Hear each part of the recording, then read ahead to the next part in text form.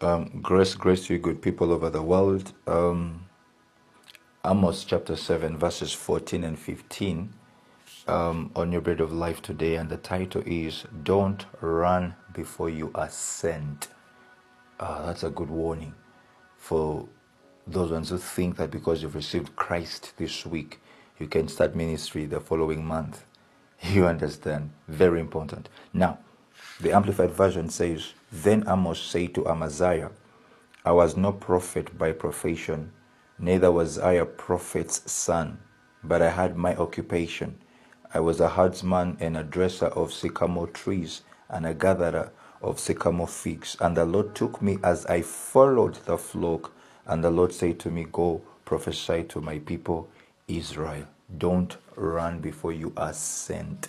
Now, Amos was not a prophet by profession, okay?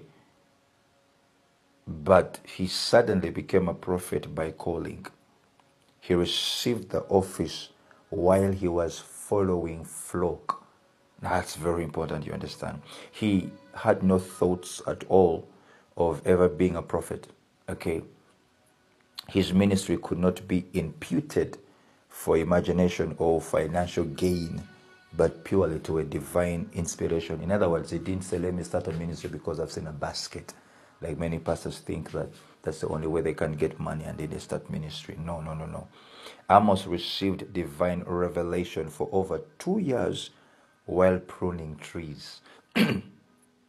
Okay, and the Lord gave him several messages as he was raising sheep. Imagine he was there, but he was so deep. He wasn't called, he wasn't ordained, he wasn't commissioned, but he was so deep. Now that's temptation when you know that you are so deep, but you have to wait on the Lord to commission you. That is something that is so important. Many of us, we just receive one revelation and we think we can start up a church. That was something that I did and I failed, so I understand. The Lord appeared to me through somebody and said, and immediately I began ministry. And what a disaster. What a disaster. So, he received messages as he was raising sheep. The Bible says in Amos 1:1, the words of Amos, who was among the herdsmen and sheep master of Tekoa, which he saw in divine revelation concerning Israel in the days of Uzziah, king of Judah, and in the days of Jeroboam, the son of Joash, king of Israel, 2 years before the earthquake. You see that? He had revelation, he had seen, okay, his light was there 2 years before. This means that Amos could produce a divine commission for what he did. All right, he could produce, but he chose not to run before he was sent. Now, I know of many who would run for ministry as soon as their eyes are open to revelation, before the full maturation and counsel of that which God is preparing them for. I have been there. I'm a victim of that. I know what that means.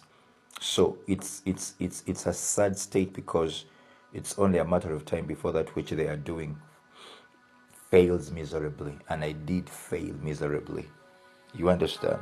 So, child of God, the clarity of your assignment will come as you keep doing what you do best. Okay, if you raise sheep like Amos, keep doing that until the fullness of time. That's my best advice for you. In as much as God is opening your eyes to things no eye has seen and no ear has heard, don't run before you are sent. Simply wait for his instructions. This is why I'm focusing so much on your bread of life before I officially say church and have the format of church set up.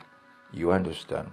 It's important then to devote to your occupation, your work, while you wait to be sent. This is why I do your bread of life every day, while I wait for that commission as the apostle. You understand what I'm saying? David was taking care of his sheep before he was anointed the shepherd of Israel. The disciples were fishing before Jesus called them. Amos was a sheep breeder. Paul was a tent maker. Matthew was a tax collector. Luke was a doctor. Are you seeing the pattern there? It was while they were in their work that God instructed them to divine purpose in the fullness of time. It is while I am in your bread of life and doing these daily devotions that God will say, now you are ready. Go and start church. Okay. Yes, I meet with my own seed on Sunday, but I know that it's not it's I've not yet been commissioned. Okay, that's why I share with them your bread of life experiences. Now, friends, listen. Don't run before you are sent, because this same principle works in all dispensations. Wait on God. And when Christ, who is your life, appears, then you too will appear with him in the splendor of his glory. Your ministry, your business, whatever it is, will appear with him. Once you're commissioned, once you are sent, you'll know that everything you do, he will appear with you in the splendor of his glory. And as you see that and as you do that, I can grant you one thing, that the best is yet to come. And God bless you.